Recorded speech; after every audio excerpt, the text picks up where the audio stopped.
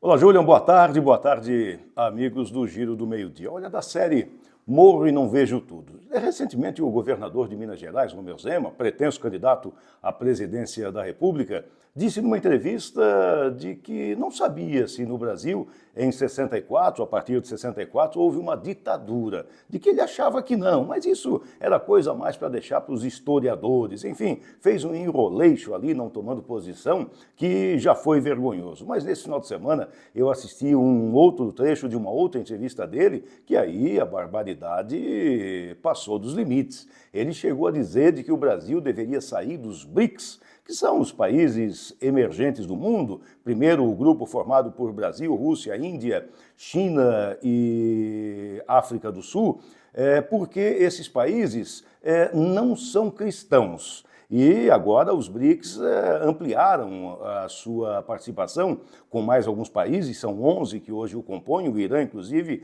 faz parte. E o Zema disse, então, de que nós não devemos negociar com esse pessoal porque eles não são cristãos, colocando esse tipo de situação acima dos interesses comerciais brasileiros, segundo o entendimento do Zema. Então, nós só podemos negociar com cerca de 30% da população mundial, de 8 bilhões de pessoas. Nós não podemos negociar com a China, que compra mais de 40% dos nossos produtos exportados. Nós não podemos negociar com a Índia, que tem 1,5 bilhão de pessoas. A China e a Índia sozinhos têm 3 bilhões de pessoas do mundo, da população mundial. Nós não podemos negociar com nenhum país islâmico, porque, afinal de contas, também não são cristãos. A Arábia Saudita, que compra os nossos frangos, tem que ser deixada de lado, porque não são cristãos. Na verdade, o cristianismo, que, como eu já lhes disse,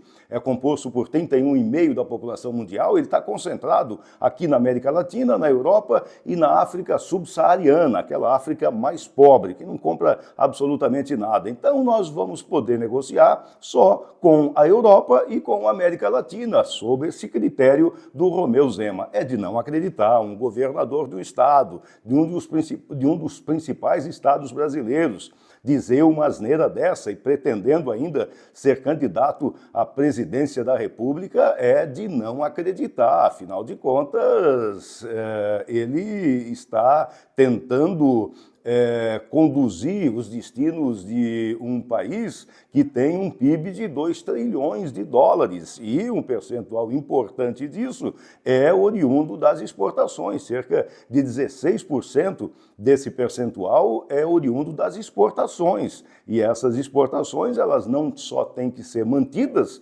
como têm que ser ampliadas para a gente trazer ainda mais dinheiro de fora. Então, repito, morro e não vejo tudo. Olha, estamos na semana da entrada em vigor das tarifas norte-americanas no Brasil, daquele tarifaço de 50%. Vamos recordar de que o Brasil é o país campeão em termos de tarifa. No que pese nós termos um déficit, Brasil, termos um déficit na balança comercial entre Brasil e Estados Unidos. Só no primeiro semestre eles tiveram um superávit de 1,7 bilhão de dólares. No que pese isso, nós temos a tarifa mais alta do mundo, 50%. Depois vem a Síria, também com a tarifa mais alta do mundo, e me parece que a Suíça, também com 41%, está aí no top 3. Mas, enfim, algumas vantagens nós teremos com essa guerra fiscal. Como disse Xi Jinping, ninguém ganha em guerra fiscal, é um jogo de perde-perde. Mas devemos fazer uma limonada desse limão sob alguns aspectos. Primeiro, o aspecto desinflacionário, porque na medida em que os produtos não irão para os Estados Unidos, o café, por exemplo, que também foi taxado e é uma pauta importante das nossas exportações, porque representa 1/3 do café que o americano consome, mas o café que não foi exportado ficará por aqui. E você sabe que o café lá na gôndola do supermercado está em preço altíssimo, né? E precisa baixar um pouquinho, inclusive está contribuindo com a inflação. E agora, com o aumento da oferta, nós teremos uma queda no preço, deveremos ter uma uma queda no preço, o mesmo acontecendo com a carne, que também está sobretaxada lá nos Estados Unidos, também terá um aumento de oferta, consequentemente, aqui no Brasil e, consequentemente, também deveremos ter uma queda nos preços. Mas veja, nós temos hoje no nosso PIB, 16%, como eu disse há pouco, composto por exportações.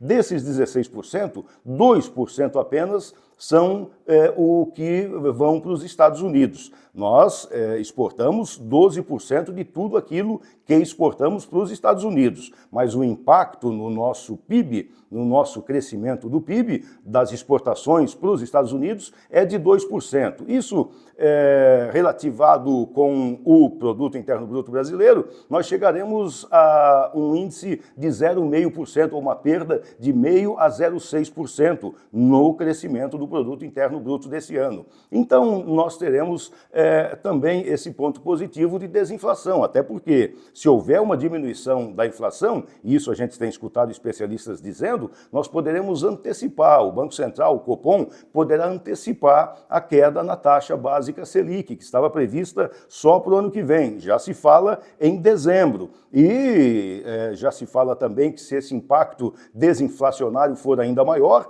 isso pode até se antecipar. Então, esse 0,6% no PIB que nós vamos perder com a perda de exportações para os Estados Unidos, nós poderemos, quem sabe, compensar com um possível aumento no Produto Interno Bruto a partir de uma diminuição da Selic, que gera uma maior atividade econômica. Então, dentre as coisas todas que nós temos em relação a esse tarifaço, claro que a grande maioria são notícias ruins e reflexos ruins, mas temos também uma limonadazinha que poderá ser feita desse limão a partir dessa desinflação que poderá gerar um pouquinho mais de tranquilidade por aqui. Mas, enfim, em guerra comercial, ninguém ganha, como disse Xi Jinping. Um abraço, boa tarde, de segunda-feira até amanhã.